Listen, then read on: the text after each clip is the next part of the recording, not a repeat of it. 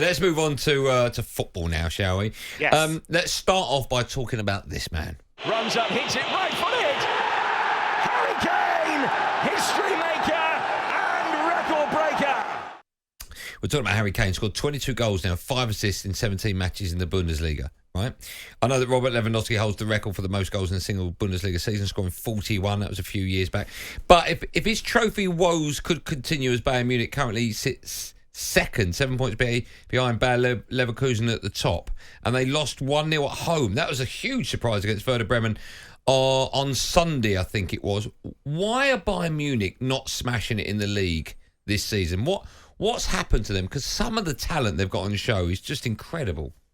So I think this is a bit of a hangover from last season, actually, because if you go back to when they sacked Julian Nagelsmann in the second half of last season, I said at the time I thought it was an error. And even though Thomas Tuchel is a top coach, I think we'll never really know what a Nagelsmann team could have produced. And there were problems behind the scenes, but I had the feeling at the time that the bosses at the time, Hassan Salihamidzic and Oliver Kahn, decided to get rid of Nagelsmann to cover themselves to some extent. And the irony with that was they both got the push at the end of the season anyway.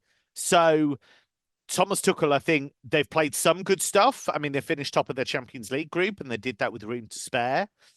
But in the league, even though they've scored a lot of goals, all too often they've come up short. And certainly I feel that they're really vulnerable on the counter-attack. And I think that's going to be a problem for them in the Champions League going forward. They have scored lots of goals, and at times they have played some brilliant attacking stuff, but it's a little bit reliant on individual quality rather than the overall team approach. And they don't quite have that swagger consistently that some Bayern teams under the likes of Hansi Flick and Pep Guardiola before him have had. So I do think there are issues. I do think some of the transfer business in the summer has left them playing catch up. Kane was obviously the headline signing, brilliant deal, but they kind of took their eye off the ball with other stuff. They allowed Benjamin Pavard to join Inter, didn't really replace him. The youngster Josip Stanisic went to Bayer Leverkusen, didn't really replace him. And so now they're kind of scrambling around a little bit, looking at short-term deals to kind of put sticking plasters over some of those wounds. I mean, I'm guessing Eric Dyer, they've signed him, but a serious question, Kev, will Thomas Tuchel be under pressure? He is under pressure. Every Bayern coach is, even if it's going well, because at Bayern, you're only ever one draw away from disaster, really. Sometimes the pressure is enormous. And I don't think Tuchel has endeared himself at times to the bosses. He was very, very angry after that performance against Werder Bremen on Sunday. He said, I could say that the players have been training really well, but there's no point saying that anymore because nobody believes me. And that went down like a lead balloon. And it's been a running theme that he's very, very honest in public about the players. That doesn't go down well with the players, and it doesn't go down well with his bosses. So even though they were desperate to bring him in last season and even before that, he is starting to rub people up the wrong way, and that can happen. Kev, I want to talk to you about Xabi Alonso in just a sec, right? Obviously smashing it in charge of Bayer Leverkusen. They've played 18 games, haven't lost yet. They're they're top, 7 points clear of Bayern Munich. So in case people are unaware of where the Bundesliga are at the moment, Leverkusen top on 48, then it's Bayern Munich on 41, then Stuttgart, then Leipzig, then Dortmund on 33. So Dortmund are 15 points off top spot, Bayer Leverkusen. Yeah. Is it a two-horse race already, the Bundesliga? 100%. It really is now, is it? Yeah, Dortmund are out of it. They're not playing well enough. They're not going to get back into it. Leipzig are a bit hit and miss, and they've had an awful start to the year. They lost at home to Frankfurt and then got beaten by Leverkusen at the weekend. There was a brilliant moment at the end of that game, actually. If you look at Leverkusen's 2 games since the turn of the year, they've scored a stoppage time winner in both of them.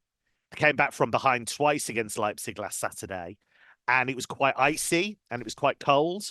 Xabi Alonso is the smoothest guy in the Bundesliga, usually not a hair out of place, usually looks really cool.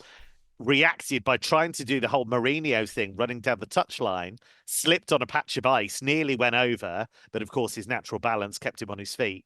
And was a bit embarrassed and kind of hugged his coaching staff. But they're the real deal by Leverkusen. I wasn't sure if they were, but they really are. They've got a great squad, and they've reacted to Victor Boniface being injured by going out and getting Borja Iglesias from Real Betis. So they're not just performing well on the pitch, they're decisive off it as well. I mean, as you said there, Xabi Alonso, he's absolutely doing a fantastic job. What do you think his ceiling is at Leverkusen? I know Leverkusen are flying right now, but I'd expect at some point Bayern, whether it be this season or next season, to come back strong, as they always do. But what's Xabi Alonso's ceiling, do you think, Kev? I can see him managing a top club. I think what's interesting about him is he's kind of started at a low level and been happy to kind of work his way up. When he took the Leverkusen job, they were really struggling. I mean, they were looking as though they were going to be in a relegation battle. So I kind of held fire a little bit with him because I thought them doing well was just kind of regression to the mean. They were kind of floating back to where they should be. But what he's done this season that's so impressive is he's managed to put in a framework in which every player is comfortable, in which they can hurt you in so many ways. It's not just about one or two players. It's about lots of different departments. He's getting the best out of every single player. I thought it was really interesting what Granit Xhaka said recently. He said the ability of a coach to be able to go onto a training ground and ping a pass 50 yards to exactly where he wants that ball to go. If he can explain that kind of thing to you by doing it, it does make a difference. And I think they have enormous respect for him as a guy, enormous respect for the player he was and still is. And I think he's absolutely got those players in the palm of his hand. So it really does feel like a united front at the moment. Kev, before we let you go, just a quick word about what's going to happen with Kieran Trippier. Newcastle have rejected Bayern Munich's latest bid. They've turned down, I think it was 15 million euros for a player they bought back in January 2022 for £12 million.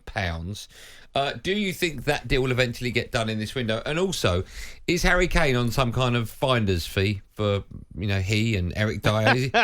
Is that what he's trying to do? Well, look, he would have had input in the Eric Dyer move, I think, although Thomas Tuchel knows him, of course, from his time in England.